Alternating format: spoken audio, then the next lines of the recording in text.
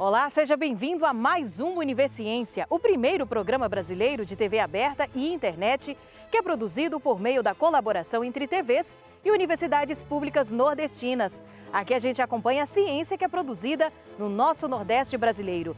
Vem com a gente conferir o que tem para hoje. Um olhar no passado.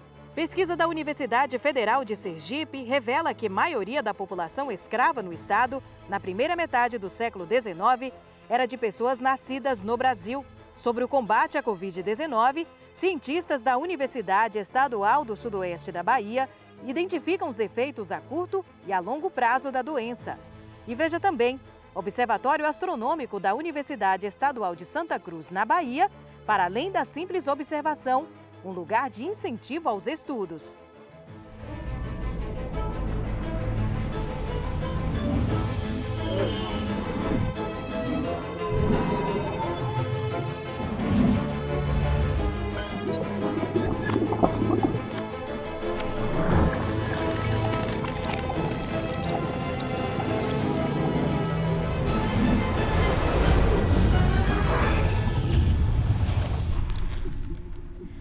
Quem nunca teve a curiosidade sobre o passado? Entender a formação do nosso povo e a contribuição cultural de diversas etnias. E é pensando nisso que pesquisadores da Universidade Federal de Sergipe buscaram compreender a expansão do escravismo no estado na primeira metade do século XIX. Usando dados sobre a população de mapas de moradores e inventários, eles observaram que a população escrava crescia no século XIX junto com a expansão da cana-de-açúcar e que a maioria dessas pessoas era nascida no Brasil. Com 6 anos de pesquisa, trabalhando principalmente com inventários, que são documentos que registram propriedade das pessoas falecidas, a gente tem dados muito consistentes para quase todo o século XIX em Sergipe. Esses dados têm servido para alimentar uma grande quantidade de pesquisas. Uma dessas pesquisas foi a que veio a se tornar artigo no final do ano passado, sendo publicado na revista Resgate, da Unicamp. Esse artigo é o resultado de uma preocupação em conhecer a composição da população sergipana no passado. Nós somos historiadores que trabalhamos com aspectos mensuráveis da realidade. Entender quantas pessoas existiram, como elas se distribuíam, como eram suas características, é um dos fatores fundamentais das nossas preocupações. A documentação básica que a gente usou foi inventários post-mortem. São documentos que registram a propriedade de alguém com a finalidade de distribuir essa propriedade entre os herdeiros. Uma das propriedades mais sui generis do Brasil até 1888 era os escravos, que eram simultaneamente pessoas, e por isso nos interessam para a história da população, mas também um tipo de mercadoria, um tipo de propriedade, e por isso estavam registrados nos inventários. O estudo ele traz algumas revelações que são originais. Em primeiro lugar, ele revela que a composição da população escrava em Sergipe durante a primeira metade do século XIX era principalmente de pessoas nascidas no Brasil e não importadas da África. Cerca de 3/4 a 4/5 dos escravos em Sergipe nasceram aqui no território brasileiro. Qual que é a implicação disso? Nos coloca uma questão relevante sobre a manutenção da cultura africana em Sergipe, ou a contribuição africana para a formação da cultura sergipana.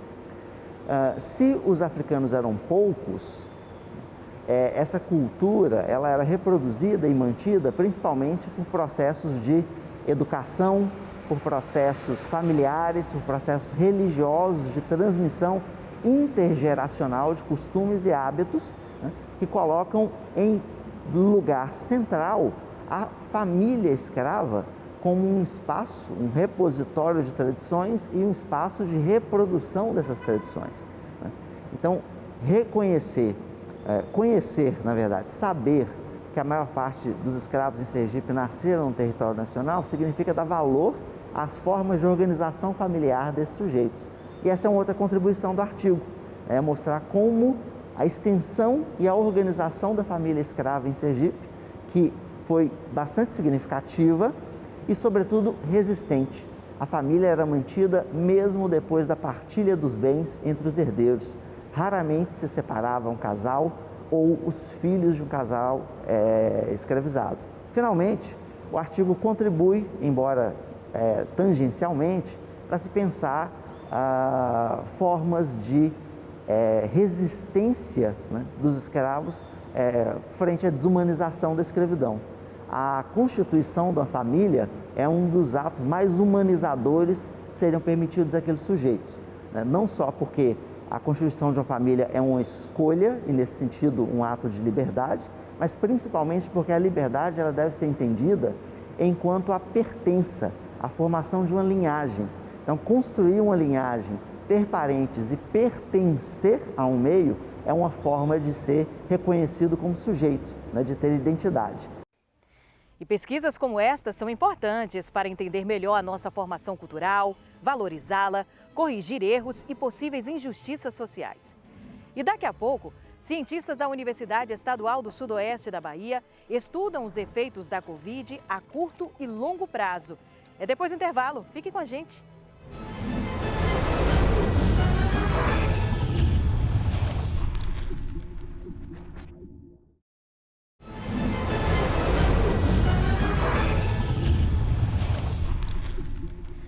Nós já estamos enfrentando mais de um ano de pandemia e, apesar da batalha da ciência contra a Covid-19, a doença ainda é um mistério.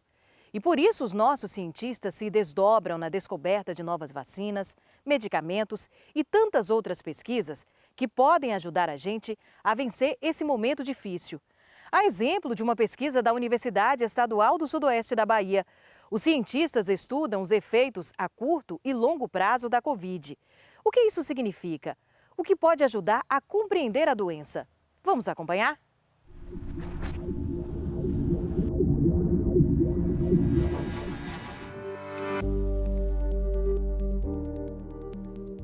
No laboratório, a gente vem trabalhando muito, né, desde o início da pandemia, com toda a questão não só do desenvolvimento das drogas, né, mas também das consequências que a Covid-19 ocasiona nos indivíduos, né? E como ainda na época era uma doença recente, então a gente não tinha ideia do que essa doença poderia causar em pessoas que já foram curadas, né? A gente não tinha essa noção. Então, após o início da pandemia, então a gente começou a fazer revisões, levantamentos de trabalhos que mostrassem, né, pessoas que já estavam recuperadas da Covid, mas que tivessem consequências, né, pessoas que nunca tiveram nenhum tipo de comorbidade, por exemplo, mas que acabaram desenvolvendo essas comorbidades, né? Então a gente fez um levantamento grande de quase 2.000 artigos e, né, do mundo inteiro, ocorrências de casos no mundo inteiro, e a gente então conseguiu fazer essa sistematização, né, dessas doenças para vários órgãos diferentes do corpo, entendeu? No início a gente não tinha essa noção, porque como era uma doença recente, não tinham muitas pessoas curadas ainda, então a gente não sabia o que podia acontecer. Hoje a gente já sabe, de forma geral, as pessoas que tiveram uma gravidade grande da doença, ou seja, o que a gente chama da tempestade das citocinas, né? É aquela agressividade que gerou todos aqueles problemas pulmonares e etc. E isso vai acarretar uma recuperação daquele indivíduo mais lenta e problemas graves, né, maiores. Então, existem casos de pessoas que ficam sem andar, ficam sem falar, pessoas que perdem a audição. Os órgãos que são mais comprometidos, principalmente pela carga viral inicial, é o pulmão, o coração e o sistema vascular, né, que interconecta todos os órgãos de maneira geral. Mas conseguimos visualizar também resposta agressiva a nível do sistema imunológico, porque a resposta viral é uma hiperinflamação, é um mecanismo que acontece normalmente de defesa no corpo do ser humano. Só que para esse vírus, esse mecanismo ele é muito estimulado. Algo que o vírus tem que estimula essa hiperinflamação, e é daí que vem, o professor Bruno citou a questão da tempestade de citocinas, é daí que vem toda essa agressividade do vírus, né? Quando ele entra em contato direto com o pulmão, e quando ele começa a entrar em contato com outros órgãos do corpo que são muitas vezes mais sensíveis a esses processos de agressão, como rins, nós vimos agressão a nível hepático, vimos agressão a nível muscular, a nível articular, sistema nervoso central. Então, o vírus ele acaba tomando conta, né, e agredindo outros órgãos a longa distância. A ação dele, com a produção elevada, por exemplo, da angiotensina, que é das consequências da atividade desse receptor, isso leva a uma consequência, principalmente a um ambiente que estimula a coagulação sanguínea de maneira intensa. Então, isso acaba comprometendo os órgãos, né, por conta da circulação, levando a processos isquêmicos, a tromboembolias, microtrombos, né, que se formam inicialmente no pulmão e acabam se propagando para todos os órgãos do organismo, né, órgãos e sistemas. Em outro artigo que nós publicamos sobre marcadores bioquímicos de diagnóstico para cardiotoxicidade, nós conseguimos visualizar que os pacientes que tinham doenças coronarianas, diabetes, doenças cardiocirculatórias, que o risco desses pacientes virem a ter uma doença mais crônica ou até a óbito aumentava. Então, muitos desses indivíduos que têm doença descompensada, que tem diabetes ou não trata, ou paciente que não está cuidando corretamente da sua saúde, ou que não sabe realmente que tem uma comorbidade cardiocirculatória, quando o vírus atinge o organismo desse indivíduo, ele intensifica ainda mais esse processo inflamatório que já está instalado. E muitas vezes a pessoa não sabe. Então, a gente está tentando identificar, talvez a nível de marcadores ou a nível de expressão gênica, o que é que essas pessoas têm de diferente, muitas vezes, em relação às outras. Ou se são realmente só as comorbidades escondidas, né, que estão ali escondidas sem a pessoa saber, ou se a pessoa tem um fator, por exemplo, genético específico, que uns têm e outros não têm, uns mais intensos, outros menos intensos, que leva a essa velocidade e agressividade da doença, que leva mais rapidamente ao óbito. As sequelas, elas de forma geral, elas desaparecem. Algumas pessoas, por exemplo, tem aquela questão de perder o olfato, perder o paladar, aí depois isso desaparece. Mas também tem casos de pessoas que ficam com casos praticamente você vê que é irreversível, né? Alguns casos mais graves. Então, a gente não consegue ainda dizer se todo mundo que teve esses casos, isso vai ser reversível ou não, mas o que a gente observa até então é que a maioria dessas sequelas com o tempo vai desaparecendo, porque o próprio organismo do indivíduo vai se recuperando, e aí, agora quanto tempo isso vai durar vai depender do tipo de problema que ele teve, né? A fisioterapia, por exemplo, é muito importante, né? Nesse sentido, já que como tem muitas sequelas pulmonares e sequelas motoras, então o fisioterapeuta entra muito aí nessa questão, né? E a equipe muito profissional para recuperar o indivíduo. Feito esse trabalho, né? Isso é um trabalho de levantamento, associação das doenças pós-Covid, e que vai guiar a gente aí para alvos, né? Esses alvos que eu falo alvos para drogas, então isso vai guiar os médicos, né? Por exemplo, a eles usarem um tratamento melhor, né? Mais adequado para cada tipo de caso que ele encontrar ali. E é isso que a gente fez no trabalho, a gente associou, né, cada condição com uma possível causa dessa condição. Essa pesquisa foi desenvolvida na nossa universidade, no laboratório de bioinformática e computacional, coordenado pelo Dr. Bruno Andrade. E mais importante ainda é citar que nós tivemos colaborações com grandes institutos de pesquisa nacionais e internacionais, como a Universidade Federal de Minas Gerais, que hoje está hoje dita e listada entre as principais universidades, se não a principal universidade do Brasil, em termos de produção de ciência de patentes, né? É um dado importante de se citar, e centros de pesquisa e colaboração nos Estados Unidos e na Índia, né? Nós temos fechado essas colaborações e continuamos publicando em parceria com esses pesquisadores, e como o professor havia citado também, nas nossas redes sociais, que existem redes sociais agora de pesquisadores, como o Facebook, o Instagram, mas são só de pesquisadores, onde a gente pode publicar nossos trabalhos, fazer colaboração, inter-relação com outros pesquisadores, chamado ResearchGate. Esses artigos estão sendo muito citados, muito baixados, né, para outros pesquisadores lerem, e estão sendo citados em outras pesquisas de outros artigos que estão sendo construídos, baseados nessa mesma linha de trabalho. Então, isso é importante a gente ser citado, porque significa que a gente produziu algo realmente de impacto científico, não só nacional, mas principalmente internacional. Parabéns aos nossos pesquisadores desde o início da pandemia, empenhados em encontrar soluções ou até mesmo entender os efeitos da doença em quem já contraiu o vírus. E a ciência consegue mostrar o caminho para vencermos essa situação. Agora, mudando de assunto, mas trazendo mais boas notícias, pesquisadores da Universidade Estadual da Paraíba desenvolveram um coagulante orgânico à base de jurema preta. A descoberta substitui os tradicionais à base de sulfato de alumínio no tratamento da água. Os coagulantes convencionais podem acarretar em doenças degenerativas.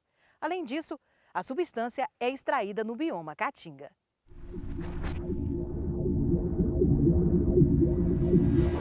O coagulante orgânico a partir da jurema preta foi desenvolvido em laboratório e testado em escala piloto na estação de tratamento de água da Universidade Estadual da Paraíba. Essa pesquisa surgiu justamente da dificuldade que tem o tratamento de água hoje em dia, que na maioria das estações de tratamento de água utiliza coagulantes inorgânicos à base de metais, principalmente o sulfato de alumínio. E a gente sabe que o alumínio é um dos responsáveis por doenças degenerativas.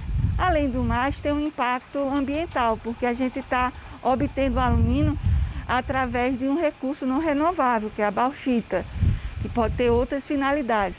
Bem como também os resíduos oriundos desse tratamento é um resíduo extremamente inorgânico e que, se não lançado adequadamente, se não tratado adequadamente, pode causar diversos impactos ambientais. Então, a gente procurou utilizar um tipo de coagulante que é necessário, que é essencial ao tratamento da água, que tivesse menos impacto, tanto para o consumidor, tanto para a saúde do ser humano, como também para o meio ambiente.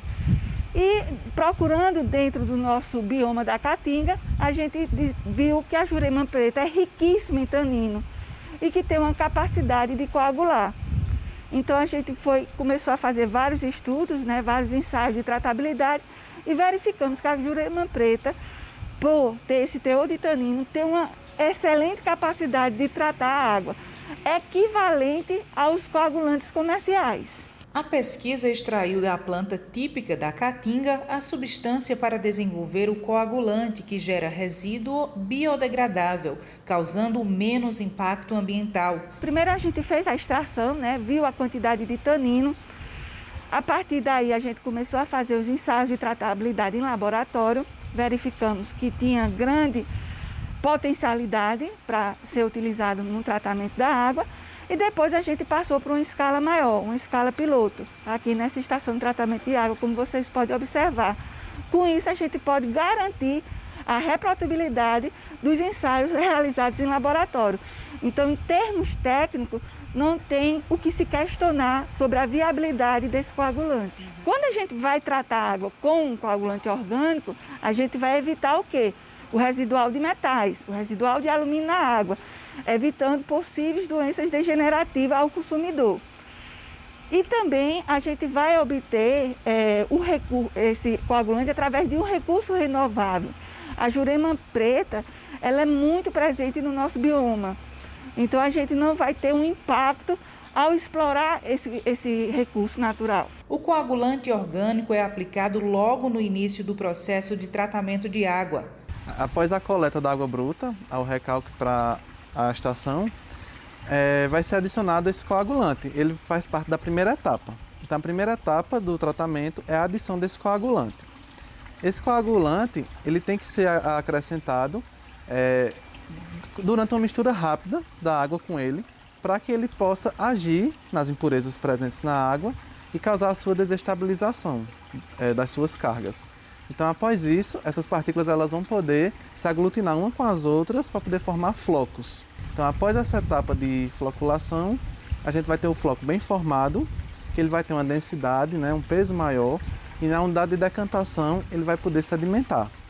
Então, após essa decantação, que é a terceira etapa aqui do nosso tratamento, a água clarificada ela vai ascender, vai ser coletada na parte superficial, certo, da lâmina, e os flocos vão ficar embaixo. Então essa coleta dessa água decantada, ela já é feita com uma velocidade bem menor para que não tenha um arraste desses flocos, certo? Para que eles fiquem lá retidos. Então, mesmo assim, pode ser que alguma impureza ela não seja removida. Então essa água decantada ela é encaminhada para a unidade de filtração. Então esses filtros vão ser responsáveis por reter o restante de partículas que passou na decantação, certo? E aí após os filtros a gente vai ter a água tratada. Além da jurema preta, outras plantas típicas da Caatinga estão sendo estudadas na UEPB. Nós temos diversos vegetais, diversas plantas, né, que têm um teor de tanino muito alto dentro do nosso bioma da Caatinga. Inclusive, nós estamos estudando mais 3 vegetais, que foi até contemplado no último edital do Banco do Nordeste, onde a gente vai vai estudar a viabilidade de minimizar os processos eutróficos de mananciais utilizados para abastecimento de água utilizando os coagulantes orgânicos no próprio manancial.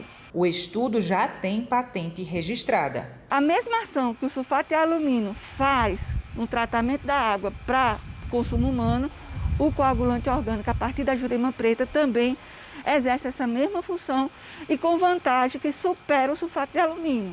Verificamos que ela tem uma boa tratabilidade para águas com muita turbidez, com muita cor, para diferente tipo de pH, isso é uma grande vantagem. Os coagulantes inorgânicos eles trabalham numa faixa bem estreita de pH, então a gente tem várias vantagens com a jurema preta.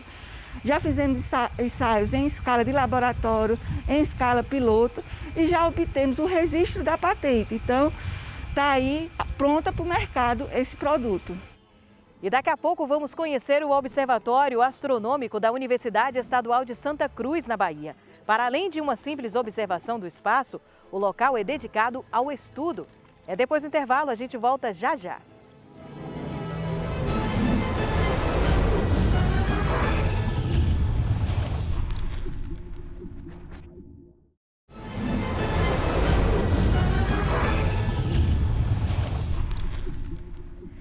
Você já teve a oportunidade de observar as crateras da Lua, os anéis de Saturno e as luas de Júpiter?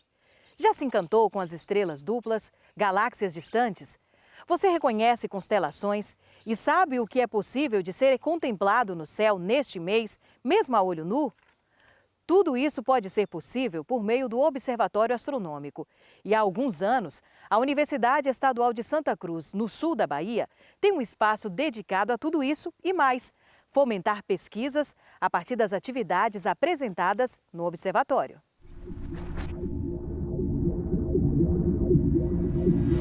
O Observatório Astronômico, que foi fundado em 2013, tem como objetivo principal a divulgação de astronomia e conta com uma equipe multidisciplinar, com pessoas da área de ciências exatas, astrofísica em particular, e das áreas de ciências humanas, antropologia em particular. A princípio, o observatório ele não funcionava dentro da sala na UESC. Na verdade, o projeto de difusão de astronomia, em que viajava para algumas cidades daqui da região, ou escolas mesmo de Ilhéus de Itabuna, para apresentar o céu de outras culturas, o céu dos índios, o céu dos marinheiros. O trabalho do observatório podem ser classificados em 3 categorias. Primeiro, de informação técnica para aquele público já interessado no assunto de astronomia. Segundo, capacitação para professores que queiram ou precisam trabalhar com esse tema em sala de aula. E terceiro, encantamento. Nós queremos que as pessoas se encantem, as pessoas em geral se encantem com as coisas que estão lá em cima. E esse encantamento pode se dar a partir de um telescópio que mostra uma imagem fantástica de uma galáxia, ou através da poesia, da música, no Sarau das Copas. Quando eu comecei no observatório, a gente estava trabalhando com edição de vídeos. No caso, quando a gente ia para as escolas, a gente levava um projetor e fazia uma sessãozinha de cinema. E daí eu fazia parte da equipe que montava esse vídeo. Depois disso, eu comecei a fazer uma pesquisa assim, com fotografia de astros do céu profundo, com uma câmera acoplada diretamente no telescópio. Lá no Observatório Astronômico existe uma equipe de estudantes da universidade que são dos mais diversos cursos, inclusive cursos de letras. Né? Então nós temos assim, alunos não são somente físicos. Não é só estudante de física que faz parte da equipe do Observatório Astronômico. O observatório, ele desenvolve diversas atividades, né? Desde sessões de observação do céu com telescópio, tem também uma sessão com planetário inflável, tem algumas instalações dentro da sala do observatório. Atualmente as visitas não estão acontecendo, né? Mas em breve voltarão. Tem apresentação com esquetes teatrais em parceria com o Teatro Popular de Ilhéus. Tem também sessões de leitura e contação de histórias. Eu recomendo, independente da sua área, participar de algum projeto de extensão na universidade, porque certamente ele vai te acrescentar de alguma forma. Pode ser facilitando essa comunicação com o público, pode ser algo mais técnico, como foi no meu caso. Participar de um projeto só tem a acrescentar mesmo, sem dúvidas. Também acredito muito que a visita à universidade venha trazer aos nossos alunos também um incentivo maior ao estudo. Cada vez que nós fazemos uma visita no Observatório Astronômico, nós temos um professor especialista que vai estar tratando de algum tema interessantíssimo, né, dentro do ciclo de palestras que aparecem lá, que surgem, né, que promovem lá no Observatório Astronômico.